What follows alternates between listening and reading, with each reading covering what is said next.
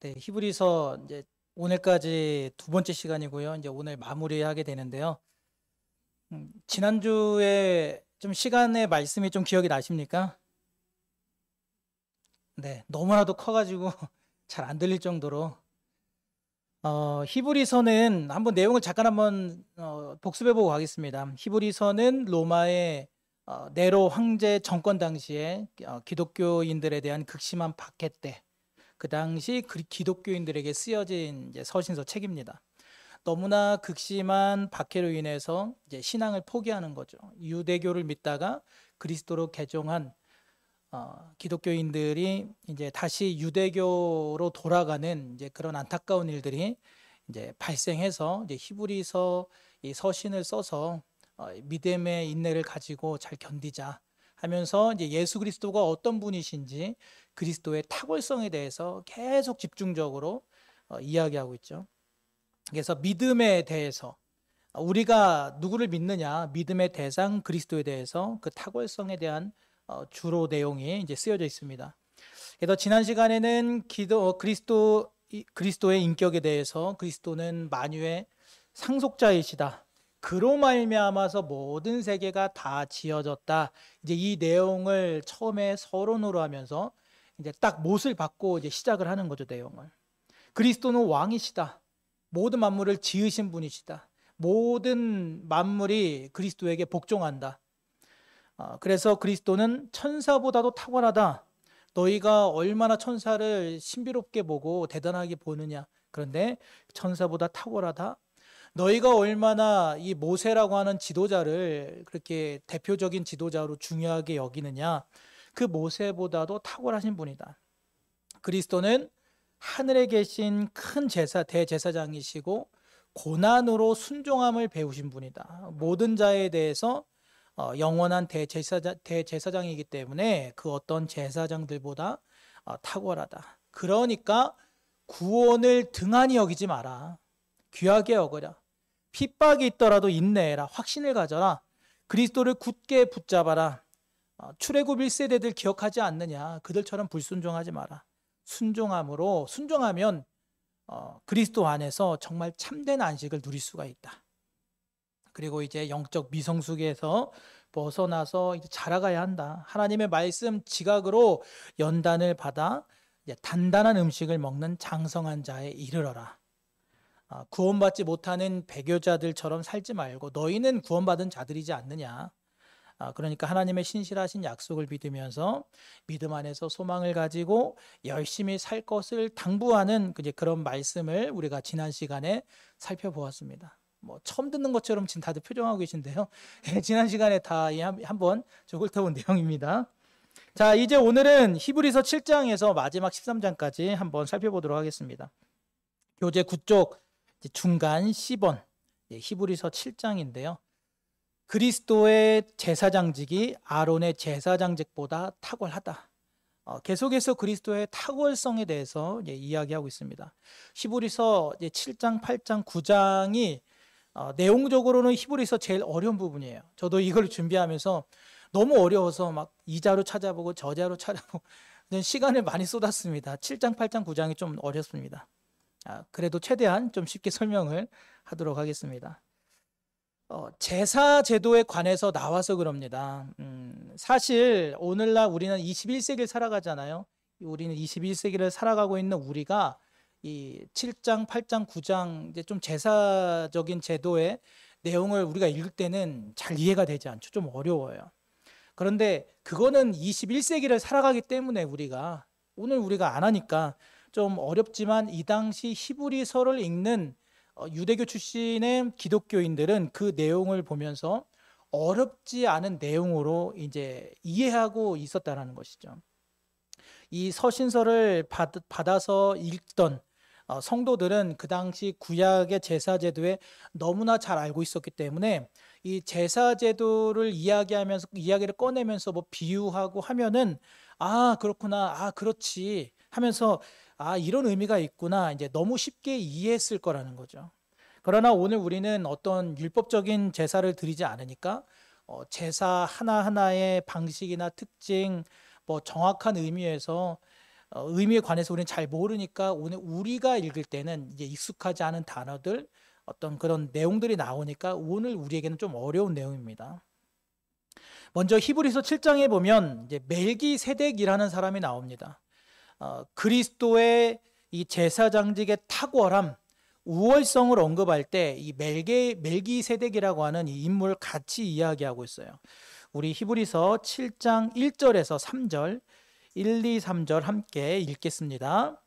이 멜기세덱은 살렘 왕이요 높으신 하나님의 제사장이라 여러 왕을 쳐서 죽이고 돌아오는 아브라함을 만나 복을 빈 자라. 아브라함이 모든 것의 10분의 1을 그에게 나누어 주니라. 그 이름을 해석하면 먼저는 의의 왕이요 그 다음은 살렘의 왕이니 곧 평강의 왕이요 아버지도 없고 어머니도 없고 족보도 없고 시작한 날도 없고 생명의 끝도 없어 하나님의 아들과 닮아서 항상 제사장으로 있느니라. 아멘. 자, 여기 보니까 멜기세덱이라는 사람과 아브라함을 같이 이야기하고 있어요. 그리고 특히 같이 만난 대면을 하던 그런 장면을 이야기합니다. 그러니까 아브라함과 멜기세덱이 동시대 사람이라는 거죠. 동시대 사람이라는 걸 우리가 알 수 있습니다. 이 둘이서 만나는 장면은 가장 먼저 창세기 14장 17절에서 20절까지 좀 내용이 나옵니다. 멜기세덱을 어떤 사람으로 소개를 하고 있냐면 7장 1절에 살렘의 왕이다. 그러니까 왕이에요. 신분이 왕입니다. 그리고 그 이름을 해석하면 의의 왕이다. 살렘의 왕이다. 다시 말하면 평강의 왕이다라고 이제 이야기합니다. 멜기세덱은 이제 막 전쟁에서 승리하고 이제 돌아온 그 아브라함을 축복하고 그에게서 11조를 받은 살렘 왕으로 성경에서 소개가 되고 있는데요. 구약에서 이 멜기세덱은 창세기에 나오고 기록이 그다음에 시편에도 한번 나옵니다. 이렇게 두 번에 걸쳐 언급이 되지만 사실 기록이 굉장히 짧아요. 사실 멜기세덱은 성경에서 갑자기 막 느닷없이 이름이 등장합니다. 그리고 갑자기 훅 하고서는 사라지는 굉장히 짧은 기록으로 남아 있어요. 그런데 그 당시 이스라엘 사람들은 이 멜기세덱을 굉장히 우월한 사람으로 생각을 했고 굉장히 신비로운 사람으로 생각했습니다. 그랬던 이유가 뭐냐면 멜기세덱은 일단 왕입니다. 살렘 왕일 뿐만 아니라 여호와 하나님의 이 제사장이었기 때문이에요. 멜기세덱은 왕이면서 동시에 제사장이었습니다. 연대적으로 보면 모세 율법이 주어지기 이전의 제사장이에요.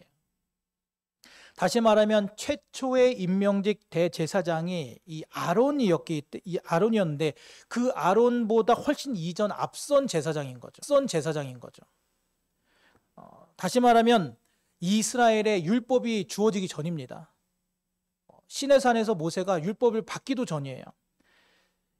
이스라엘이라는 국가에 이 율법이 주어지기도 전에 성막이 만들어지기도 전에 생각해 보면은 성막도 아직 안 만들어진 상태예요. 그리고 이스라엘의 어떤 종교적인 제도가 구체적으로 세워지기도 전입니다. 그런데 그때 제사장직을 맡았던 사람이 바로 멜기세덱 왕이자 제사장이었던 거죠. 그래서 이 당시 사람들은 구약의 멜기세덱을 우리들과는 차원이 다르다. 우리가 그 아론 대제사장을 어마어마한 사람으로 우리가 여기고 있는데 그 사람보다 훨씬 앞선 사람이야. 훨씬 앞에 제사장직을 맡았던 사람이야. 자신들과는 차원이 다른 사람으로 굉장히 신비롭게 생각했고 위대한 사람으로 생각을 했어요. 그런데 이 멜기세덱이 아브라함에게 복을 빌었다. 아브라함 하면 믿음의 조상인데 근데 그 아브라함에게 복을 빌었다라는 것은 멜기세덱이 아브라함보다 훨씬 더 훨씬 위에 위치해 있는 사람이었다라는 것을 우리가 알 수가 있어요. 그리고 우리가 아는 제사장직은 계속 지파 내에서 이어서 받죠. 레위라고 하는 그런 혈통과 지파 내에서 계속 이어집니다. 계속 이어져요. 그러나 멜기세덱은 오늘 우리가 말씀 읽은 것처럼 아버지도 안 나와, 어머니도 안 나와, 어떤 족보도 안 나와, 또 그 멜기세덱 다음에 어떤 후손에 대한 이름도 없어. 시작과 끝도 없는 제사장입니다. 갑자기 난데없이 창세기에서 툭 하고 튀어나왔다가 갑자기 어느 순간 쑥 하고 또 사라지는. 그래서 그냥 멜기세덱이 가지고 있는 이 제사장직은 자신 혼자로 끝난 거예요. 기록상. 멜기세덱으로 그냥 끝입니다. 누가 이어받은 것도 없어요. 그래서 오늘 히브리서 기자는 그리스도의 탁월성, 이 우월함을 설명하기 위해서 이스라엘 사람들이 평소에 특별하게 생각하고 우월하게 생각하는 이 멜기세덱을 지금 예로 들고 있는 겁니다. 너희들이 가장 우월하게 생각하는 그 멜기세덱의 제사장직을 이어받은 사람이 바로 그리스도다. 멜기세덱의 반차를 따라서, 그러니까 순서를 따라서 멜기세덱의 제사장직 다음으로 그리스도가 제사장이 되셨다. 지금까지는 매년마다 대제사장이 혼자 성소 안에 그리고 그 지성소에 들어가서 속죄를 했지만, 그러나 죄가 없으신 그리스도께서는 자신 스스로가 희생제물이 되셔서 단번에 드리셨다. 매년마다 고정적으로 드린 것이 아니라 그리스도는 단 한 번에 십자가에서 끝났다. 그래서 그리스도는 탁월하다. 이렇게 이야기를 하고 있는 거예요. 지금 그리스도인들이 엄청난 고난과 박해를 당하고 있는 때 아닙니까? 그래서 지금 멜기세덱과 견주고 그보다 탁월한 그리스도를 설명하면서 고난과 너희가 받는 지금 환난 때문에 믿음을 저버리고 다시 그 율법 시대로 모세 율법과 또 레위 족속이 드리던 그 제사장직으로 돌아간 사람들한테 그러지 마라. 돌아가지 마라. 지금 이야기하고 있는 거죠. 히브리서 7장의 내용을 이제 간단하게 설명드리면 이제 이렇게 되는 겁니다.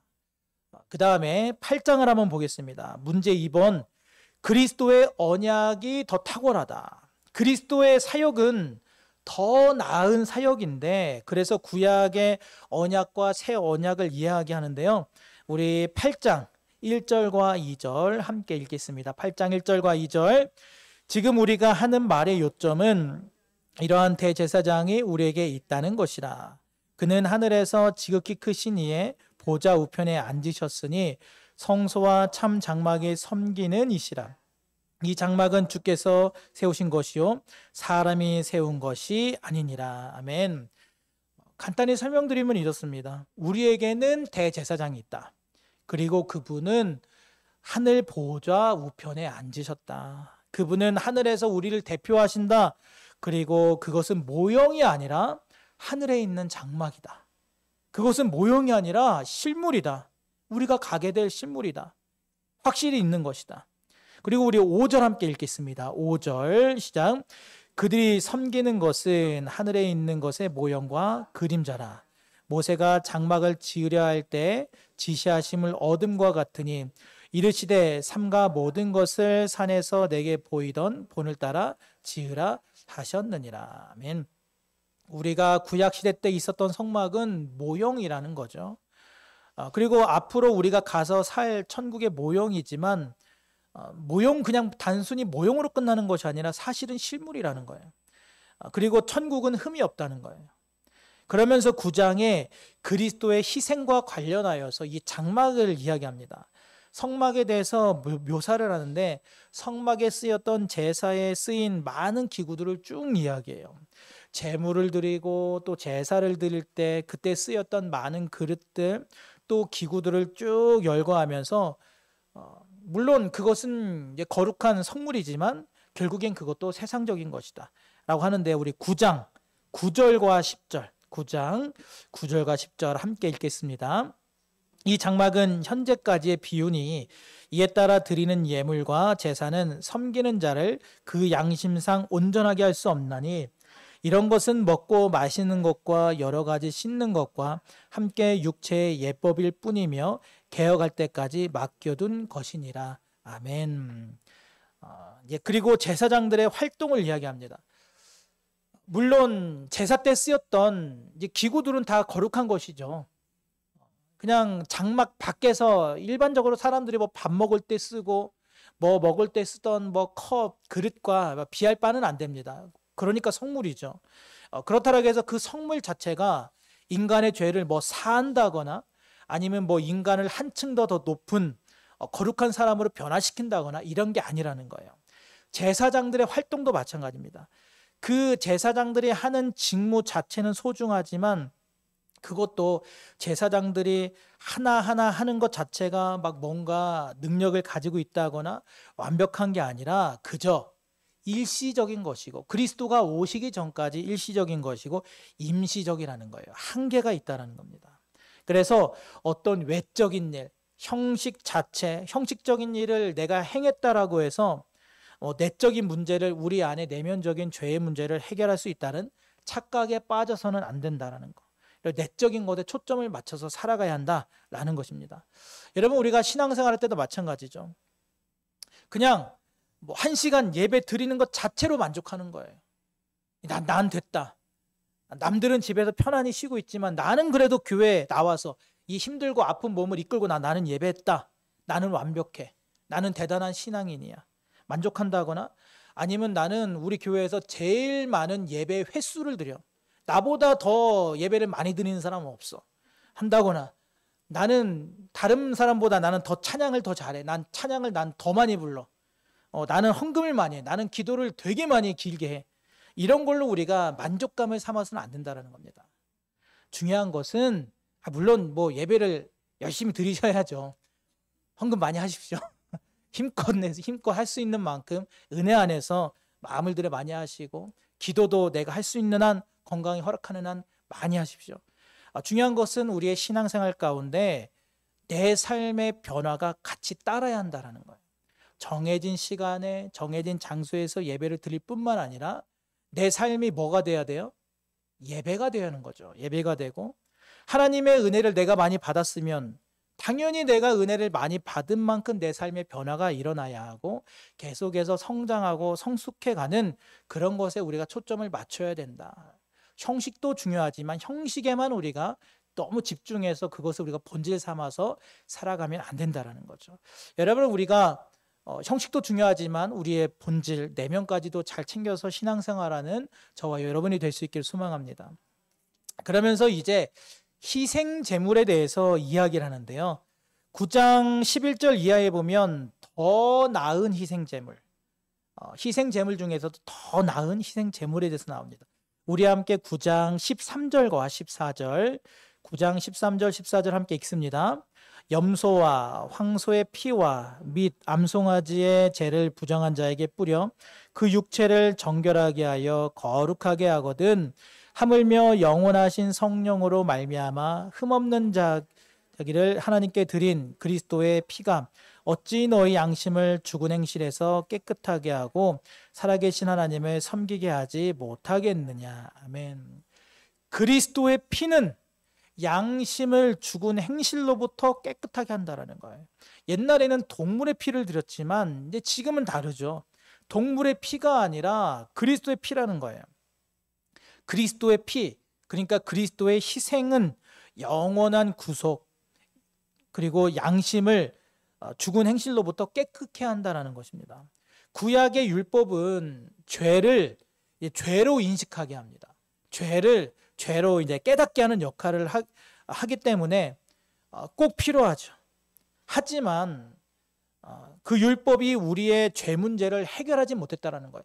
이것은 죄다라는 것을 분별할 수 있게는 해주지만 그러나 율법 자체가 죄 문제를 해결하지 못한다라는 거예요. 그러나 새 언약, 그동안의 율법 의식들, 많은 규정, 많은 계명, 많은 제사보다도 이 새 언약은 더 뛰어나다라는 거죠. 히브리서의 주제가 그리스도의 탁월성이잖아요. 그리스도 탁월성. 계속 그리스도가 어떤 분이신지 너희가 알고 있는 것보다 더 훌륭하다, 더 탁월하다 계속 지금 강조하고 있는데요. 그리스도 안에 있는 새 언약, 십자가에서 흘리신 그리스도의 피, 이것은 동물의 피에서는 행할 수 없는 모든 걸 깨끗게 하는 능력의 보혈이라는 겁니다. 그래서 9쪽 동그라미 2번입니다. 그리스도의 피는 언약, 용서, 구원과 관련이 있다. 그리스도의 피로써 서명하고 그리스도의 피로 인치시고 그리스도의 피로써 우리를 구원하신 거죠. 우리 9장 22절 함께 읽겠습니다. 9장 22절. 율법을 따라 거의 모든 물건이 피로써 정결하게 되나니 피 흘림이 없은즉 사함이 없느니라. 하나님이 피를 보고 용서하세요. 그래서 구약시대 때는 정결한 동물의 피를 드렸는데 이제는 예수 그리스도께서 십자가에서 피를 흘리심으로 말미암아 모든 용서가 이루어진 겁니다. 그래서 그리스도의 피는 언약과 용서와 구원과 관련이 있는 거예요. 동물의 피는 이렇게 못합니다. 영원한 용서를 할 수 없고 영원한 언약을 보증할 수 없고 또 구원을 이룰 수 없어요. 그러나 그리스도의 피는 영원한 언약, 새 언약, 그리고 용서, 영원한 용서, 그리고 구원, 완벽한 구원과 관련이 있고 밑에 동그라미 3번 율법에는 한계가 있어요. 율법은 어느 누구도 온전하게 할 수 없습니다. 율법은 어느 누구도 구원할 수 없어요. 왜냐하면 죄인된 인간은 율법을 완벽하게 행할 수 있습니까? 없습니까? 없어요. 아무리 우리가 뭐 길고 날고 몸부림을 아무리 쳐도 우리가 완벽하게 율법을 행할 수가 없어요. 죄인이기 때문에. 그래서 예수 그리스도께서 단 한 번의 희생으로 완벽한 죄 용서 그리고 완벽한 구원을 이루신 것이죠. 이제 교재 10쪽입니다. 신자들은 더 이상 속죄를 위한 희생이 필요가 없어진 거예요. 오늘 혹시 예배 오실 때 나는 흠없는 양을 좀 끌고 왔다, 나는 좀 흠없는 소를 좀 집에서 끌고 왔다 하신 분 계세요? 아니, 오늘 예배 오실 때 그 정도의 정성도 안 보이셨습니까? 하나님 앞에 예배하러 오시는데 아무리 경기가 어려워도 그렇지 뭐라도 끌고 오셔야죠. 참새라도 한 마리 들고 오셔야죠. 우리는 그럴 필요가 없습니다. 왜요? 이제 끝났기 때문이죠. 예수 그리스도께서 십자가에서 단 한 번의 희생으로 끝났기 때문에. 그리스도는 짐승이 아닌 자기 자신을 희생 제물 삼아서 자신 스스로가 드리셨습니다. 그것도 짐승으로 제사할 때는 지속 반복적으로 짐승을 끌고 와서 제사를 했어야 하잖아요. 그런데 그런 여러 번의 제사가 아니라 단 한 번의 완벽한 제사를 그리스도께서 드리셨다는 거예요. 완벽한 희생 제물이 되신 거죠. 그렇다고 해서 여러분, 우리가 예수 그리스도께서 이제 희생하셨으니까, 십자가에서 모든 걸 다 이루셨으니까 더 이상 우리는 속죄를 위한 희생이 필요가 없기 때문에 나는 자유다, 마음대로 살아야지, 이게 아니라 그리스도의 희생에 걸맞은 은혜의 삶으로, 은혜 가운데 우리가 살아가야 할 줄로 믿습니다. 그리고 그 밑에 보시면 이제 제사에 대한 도표가 나오는데요, 좀 아주 간단하게 정리가 되어 있습니다. 율법 아래에 있었던 제사들은 장차 오는 일의 그림자일 뿐이고 계속 반복되는 제사들, 그러니까 완벽한 제사가 아니기 때문에 계속 지속 반복적으로 제사를 희생시키고 제사 드려야 됐어요.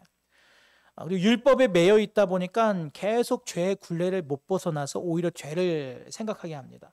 그러니까 죄를 안 짓겠다라고 해놓는 것들로 인해서 그게 올무가 돼서 또 죄를 짓고 또 죄를 짓고 계속 하는 거죠. 그리고 동물의 피로 계속 지속 반복적으로 드리게 됩니다. 율법 아래에 있었던 제사들은. 그러나 이제 율법을 뛰어넘고 율법을 완성시킨 그리스도의 제사, 이 희생 제사는 그림자가 이제 더 이상 아니에요. 본질입니다. 참 형상입니다. 완벽한 제사이기 때문에 단번에 드리고 또 죄를 없애주어 죄로부터 참 자유를 주고, 그리고 이는 거룩한 보혈 그리스도의 피로 드리기 때문에 율법 아래에 있었던 이제 짐승의 피 제사와는 다른 것이죠. 그러면서 이제 밑에 보시면 네 번째 경고가 나옵니다. 뒤로 물러서지 말라는 거예요.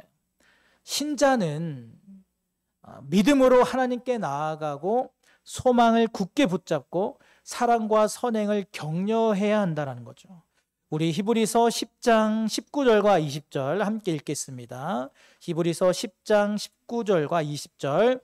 그러므로 형제들아, 우리가 예수의 피를 힘입어 성소에 들어갈 담력을 얻었나니 그 길은 우리를 위하여 휘장 가운데로 열어놓으신 새로운 살 길이요, 휘장은 곧 그의 육체니라. 아멘. 19절 앞에 보면 그러므로라고 하죠. 그러니까 이제 앞에 내용을 약간 정리하는 거예요. 그동안 우리가 살펴본 히브리서 1장에서부터 히브리서 10장 18절까지 쭉 그리스도의 탁월성에서 설명하고 있습니다. 그리스도는 이런 분이시다. 이런 분이시다. 계속 이제 설명했던 거예요. 10장에 이르기까지. 이제 그러면서 그러므로 내가 앞에 쭉 이야기하지 않았냐. 그리스도가 얼마나 탁월한지 이야기하지 않았냐. 그러므로 우리가 믿음으로 나아가자. 이제 이렇게 말하고 있는 거예요. 성소와 휘장 가운데로 열어놓으신 길로 나가자. 성막 안에 이제 지성소가 있습니다. 지성소로 들어가는데 휘장, 쉽게 이야기하면 오늘날 커튼으로 생각하면 좀 편합니다. 커튼이 있는데요. 그러니까 인간과 하나님을 분리하는 벽이라고 생각하시면 돼요. 벽. 그런데 예수 그리스도께서 십자가에 달려 돌아가실 때 그 휘장이 어떻게 됐다? 찢어졌어요. 갈라졌어요. 찢어졌습니다. 그러니까 예수 그리스도의 단 한 번의 죽음으로 말미암아 하나님과의 막혀있던 담벼락이 무너진 것이죠. 경계가 허물어진 거죠. 그래서 더 이상 제사장을 통한 이 제사를 드릴 필요가 없어지게 된 거예요. 예수 그리스도의 육체가 십자가에서 죽으심으로 말미암아 휘장이 다 없어져서 우리는 이제 마음 놓고 제사장을 통하지 않고도 하나님께 나아갈 수 있는 거죠. 근데 누구의 이름으로 나가야 돼요? 예수 그리스도의 이름으로. 그래서 신자는 믿음으로 예수 그리스도를 믿음으로 하나님께 나아가고 소망을 굳게 붙잡고 사랑과 선행을 격려해야 한다는 거예요. 그래서 이러한 사실들을 이야기하면서 소망을 굳게 붙잡고 나가라 이렇게 이제 명령하고 있는 겁니다. 그러면서 또 경고를 주고 있어요. 동그라미 2번입니다.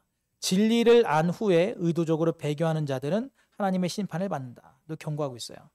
우리 10장 29절과 30절 함께 읽겠습니다. 10장 29절 30절. 하물며 하나님의 아들을 짓밟고 자기를 거룩하게 한 언약의 피를 부정한 것으로 여기고 은혜의 성령을 욕되게 하는 자가 당연히 받을 형벌은 얼마나 더 무겁겠느냐. 너희는 생각하라. 원수 갚는 것이 내게 있으니 내가 갚으리라 하시고 또다시 주께서 그의 백성을 심판하리라 말씀하신 것을 우리가 아노니. 아멘. 배교자들은요, 하나님의 아들을 짓밟고 언약의 피를 부정하다고 여겼어요. 그리고 은혜의 성령을 막 욕되게 하기 때문에 심판을 받는다고 합니다. 하나님께서 갚으시겠다는 거예요. 이제 그러면서 이제 호소를 하는데요. 동그라미 3번. 고난과 환난에서 견딘 자들은 약속을 받기 위해 담대함과 인내가 필요하다. 이제 이런 이야기를 합니다. 그러니까 뒤로 물러가지 마라. 구원에 이르는 믿음을 가진 삶으로 살아라. 이렇게 지금 권면하고 있는 거예요. 그 다음 히브리서 11장. 우리가 너무나 잘 아는 무슨 장이에요? 11장은 별명이 믿음장이잖아요. 믿음장이라 불리는 11장입니다. 10번. 그리스도의 삶의 탁월성. 탁월한 믿음으로 사는 모습에 대해서 말씀하고 있어요. 히브리서 저자는 이 11장에서 믿음의 정의와 이제 본질을 설명합니다. 우리 11장 1절에서 3절 함께 읽겠습니다. 11장 1절에서 3절. 믿음은 바라는 것들의 실상이요 보이지 않는 것들의 증거니 선진들이 이로써 증거를 얻었느니라. 믿음으로 모든 세계가 하나님의 말씀으로 지어진 줄을 우리가 아나니 보이는 것은 나타난 것으로 말미암아 된 것이 아니니라. 아멘. 히브리서 저자는 믿음의 정의와 본질에 대해 설명하면서 먼저 이제 구약의 에녹이라는 사람 그리고 아벨에 대해서 이제 그들의 믿음을 이야기합니다. 우리 4절과 5절도 함께 읽겠습니다. 4절과 5절. 믿음으로 아벨은 가인보다 더 나은 제사를 하나님께 드림으로 의로운 자라 하시는 증거를 얻었으니 하나님이 그 예물에 대하여 증언하심이라. 그가 죽었으나 그 믿음으로써 지금도 말하느니라. 믿음으로 에녹은 죽음을 보지 않고 옮겨졌으니 하나님이 그를 옮기심으로 다시 보이지 아니하였느니라. 그는 옮겨지기 전에 하나님을 기쁘시게 하는 자라 하는 증거를 받았느니라. 아멘. 에녹과 아벨은요, 보지도 못했지만 그러나 확신을 가졌다라는 거예요. 그러면서 그 믿음의 근본이 뭐냐? 하나님을 기쁘시게 하는 게 믿음의 근본이라는 거예요. 하나님을 기쁘시게 하는 것. 우리 6절을 함께 읽겠습니다. 6절. 믿음이 없이는 하나님을 기쁘시게 하지 못하나니 하나님께 나아가는 자는 반드시 그가 계신 것과 또한 그가 자기를 찾는 자들에게 상 주시는 이심을 믿어야 할지니라. 아멘. 믿음이 없으면 하나님을 기쁘시게 하지 못하기 때문에 믿음의 근본은 하나님을 기쁘시게 하는 거다. 이제 이렇게 히브리서 저자는 이야기를 하고 있어요. 그러면서 믿음으로 인생을 살았던 사람들을 쭉 열거하는데요. 교재 11쪽입니다. 히브리서 11장 7절 이하에 보면 믿음으로 하나님을 기쁘시게 했던 그런 선진들의 믿음의 이제 특성들을 좀 이야기합니다. 이제 교재 보시면 각 인물마다 이제 그들의 믿음에 대해서 정리가 되어 있습니다. 믿음의 여러 가지 면을 보여주고 있어요. 노아의 믿음은 어떻습니까? 노아. 방주를 지어라. 아니 그러면 비가 내릴 것이다. 창조 과학회에서 정리한 좀 자료들을 참고해 보면요.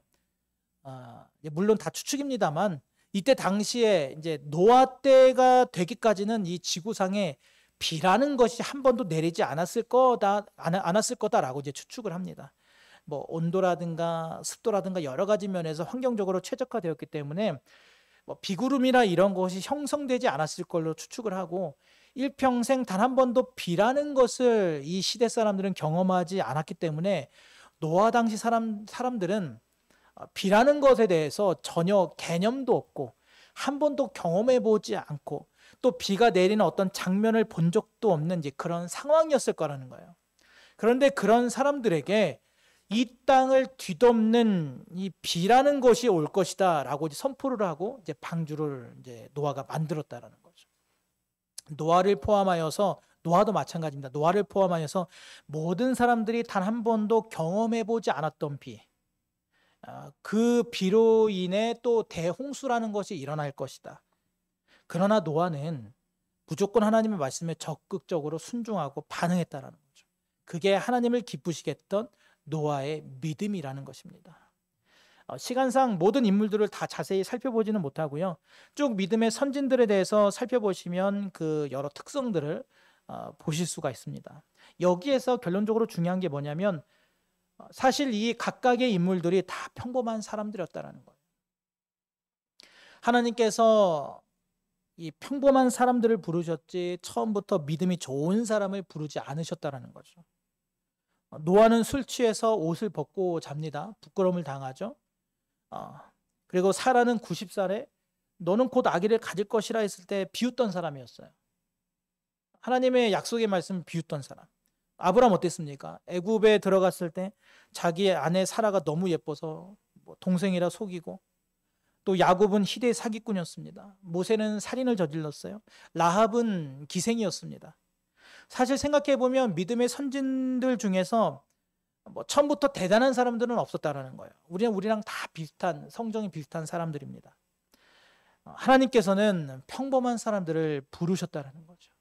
오늘 저와 여러분도 우리의 삶에 믿음을 잘 적용하여서 하나님을 기쁘시게 할 뿐만 아니라 하루하루 우리의 삶의 확신과 기쁨 가운데 정말 보배롭고 풍성한 삶을 누리시는 우리의 복된 삶이 될 수 있길 소망합니다.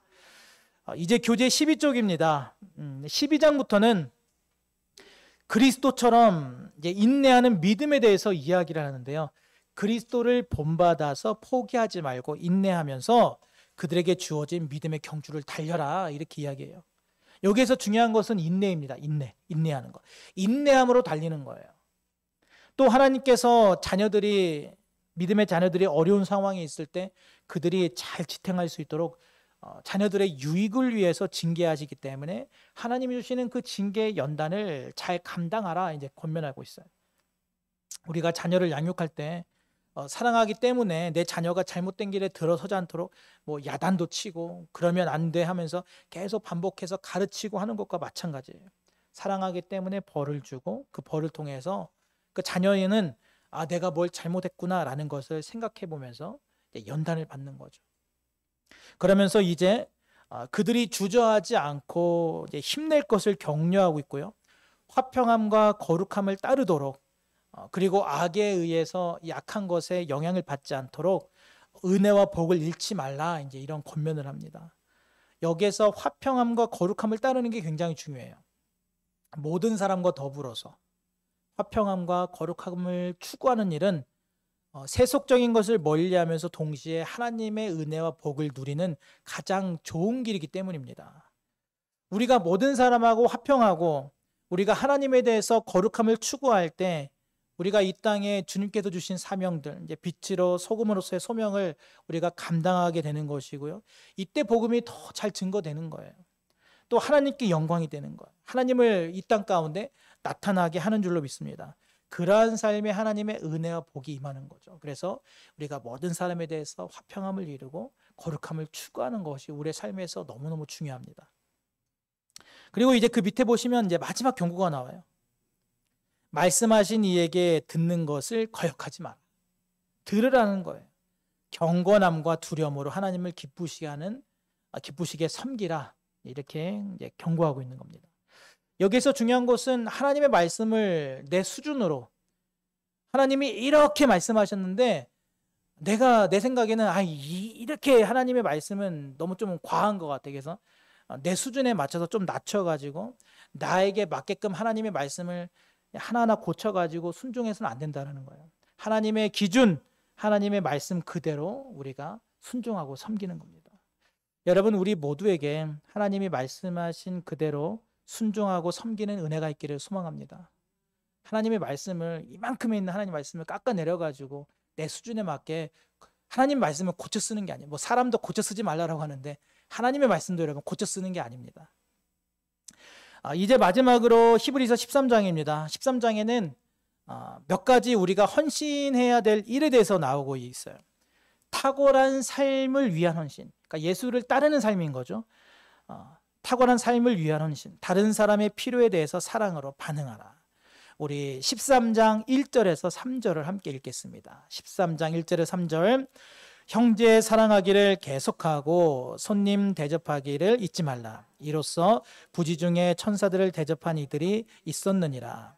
너희도 함께 갇힌 것 같이 갇힌 자를 생각하고 너희도 몸을 가졌은즉 학대받는 자를 생각하라. 아멘. 형제를 사랑하고 또 그 다음에 뭐 나그네 손님들을 대접해라. 또 고통당하는 형제들을 찾아봐라. 이렇게 사랑으로 그들에게 대하라 이야기하고요. 두 번째는 부부간의 헌신을 재확인하라. 4절에 보면 결혼을 귀히 여기라고 해요. 혼인을 귀하게 여기고 혼인 때 했던 서약, 서로 사랑의 서약을 귀하게 여기고 침소를 더럽히지 말라. 이 배우자가 아닌 다른 사람에게 눈을 돌리지 말라는 거죠.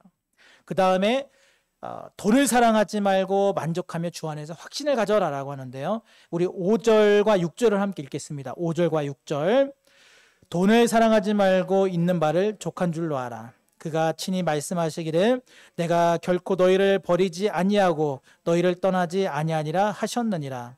그러므로 우리가 담대히 말하되 주는 나를 돕는 이시니 내가 무서워하지 아니하겠노라. 사람이 내게 어찌하리요 하노라.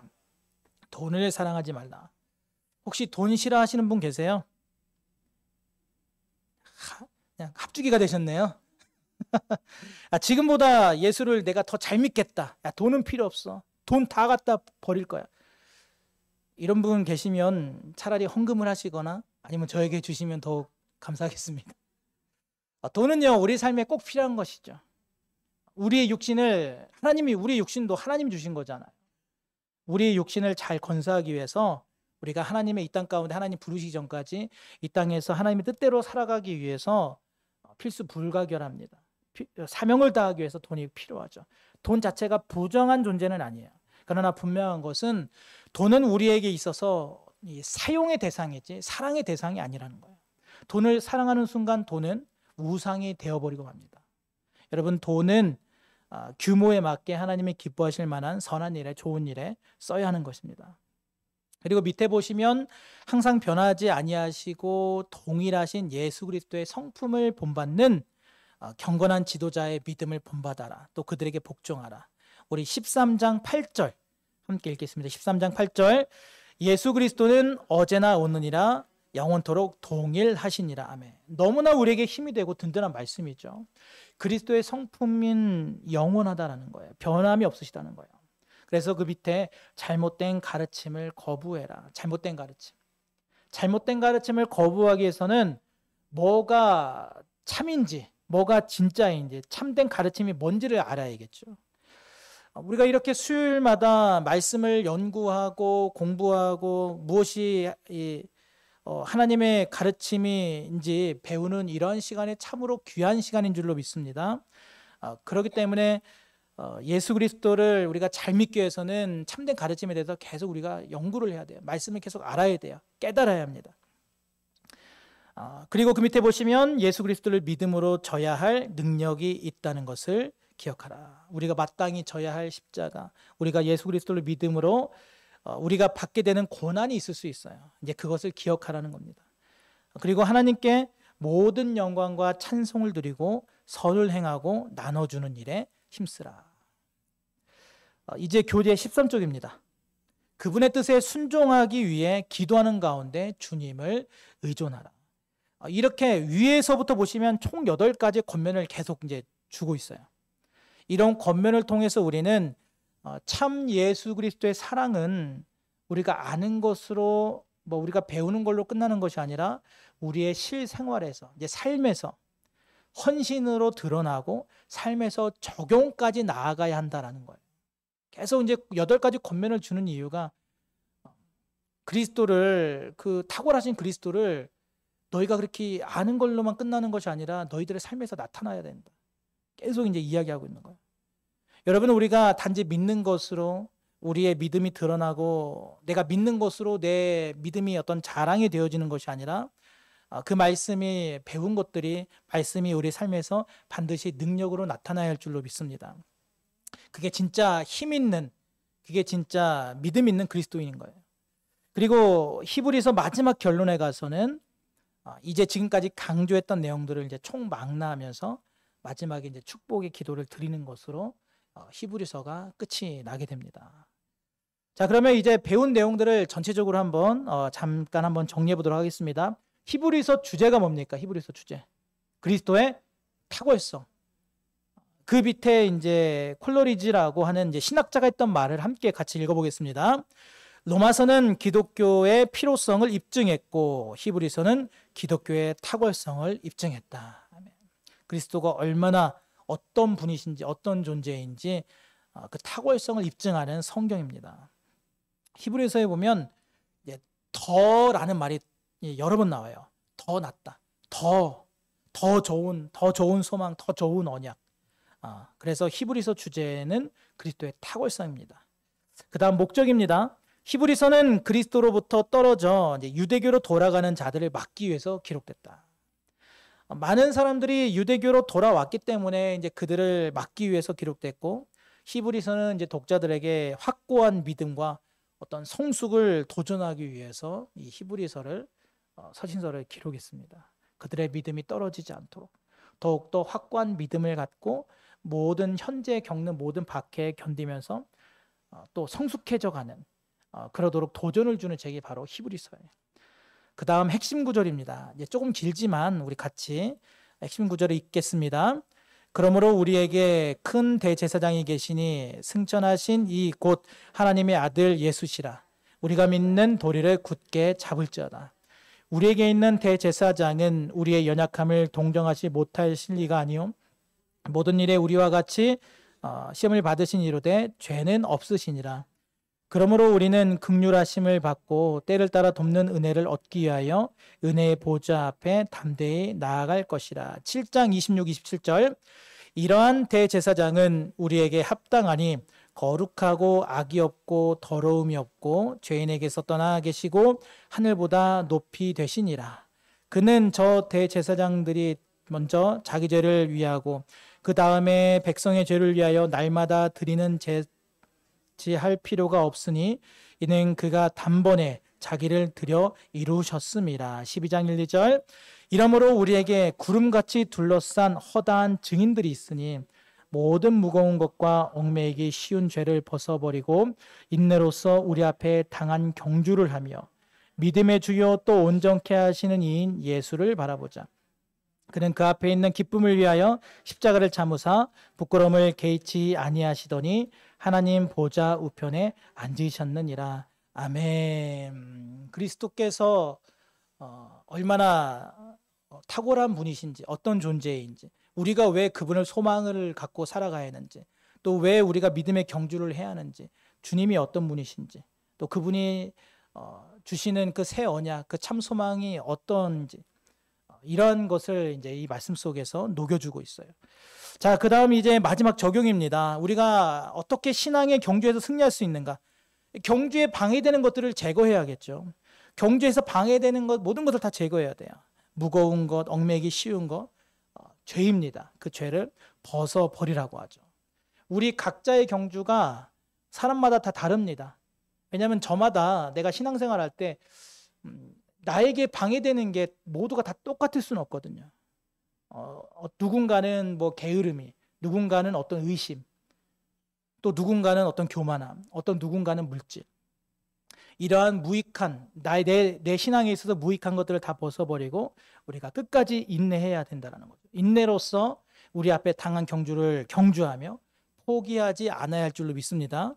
무엇을 바라보면서 그럼 경주를 해야 하느냐? 제대로 바라봐야 하잖아요. 잘못된 어떤 우리가 그 목표를 바라보고 달려가서는 안 되잖아요. 우리가 무엇을 바라보면서 인내하고 경주해야 합니까? 예수입니다. 우리의 목표는 예수. 믿음의 주요 온전케 하신 예수를 바라보자. 그래서 분명한 예수 그리스도의 목표를 두고 그 예수 그리스도가 우리의 목표가 되어서 그리스도를 바라보는 것이죠. 경주자의 목적이 뭡니까? 목적. 상급이죠. 1등 상급. 그리고 경주하는 사람의 태도는 경주를 하면서 달려가면서 우리가 막 신앙생활하면서 불안함과 막 두려움과 어떤 절망 속에서 할 것이 아니라 우리가 믿음으로 확신을 갖고 잘 준비해서 확신을 갖고 있으면은 마음에 안정감이 있잖아요. 그리고 주님이 주시는 그 말씀 안에서 약속하신 게 있기 때문에 우리는 용기가 생기는 거잖아요. 그래서 우리는 안정감과 용기를 가지고 달려가야 하는 거예요. 예수 그리스도를 바라보면서 우리의 인생을 살면서 우리의 초점이 얼마나 중요합니까? 여러분 운전할 때 운전하면서 화장을 하면 어떻게 됩니까? 막 한참 막 방지턱을 넘고 막 울퉁불퉁한 데 가고 있는데 물론 이제 잘하시는 분들은 잘하시겠지만 완벽하진 않잖아요. 여러분 우리가 초점을 맞출 수가 없어요. 흔들리면은. 우리가 운전하면서 커피를 마시면 어떻게 됩니까? 뜨거운 아메리카노 마시면 어떻게 돼요? 운전 덜컹덜컹 하는데 혀 대고 입술 대고 막 옷에 묻고 난리가 나죠. 초점을 우리가 맞출 수가 없어요. 흔들리면. 그래서 우리가 예수 그리스도를 바라보면서 확고한 믿음, 흔들리지 않는 믿음 가운데 초점을 맞춰서 신앙생활 하는 겁니다. 그래서 탁월한 그리스도를 바라보자. 이것이 바로 히브리서에서 말씀해주고 있는 내용입니다. 이렇게까지 해서 오늘 히브리서를 살펴보았습니다. 이제 다음 주에는 무슨 성경을 살펴볼까요? 우리 모든 성도님들이 좋아하시고 사랑하시는 고은옥 전사님이 하셨으면 좋겠는데 제가 한 주를 다음 주에 더 등장을 합니다. 저와 함께 고 전사님 한 주 더 미뤄서 보시고 저와 함께 다음 주에 야고보서 총 몇 장입니까? 5장 밖에 되지 않습니다.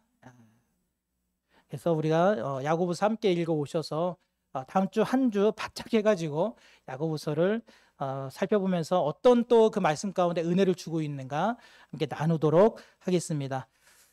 이 시간 오늘 우리 배운 내용 기억하시면서 함께 기도하길 원합니다. 주님, 예수 그리스도의 십자가의 그 새 은혜 언약, 그 은혜를 바라보면서 주님 우리가 살아가게 하여 주옵소서. 믿음의 주요 온전케 하시는 예수를 바라보는 믿음을 통하여서 확고한 믿음을 가지고 믿음의 경주를 끝까지 인내하며 잘 이루어내게 하여 주시옵소서. 이 시간 간절한 마음으로 함께 합심하여 기도합니다.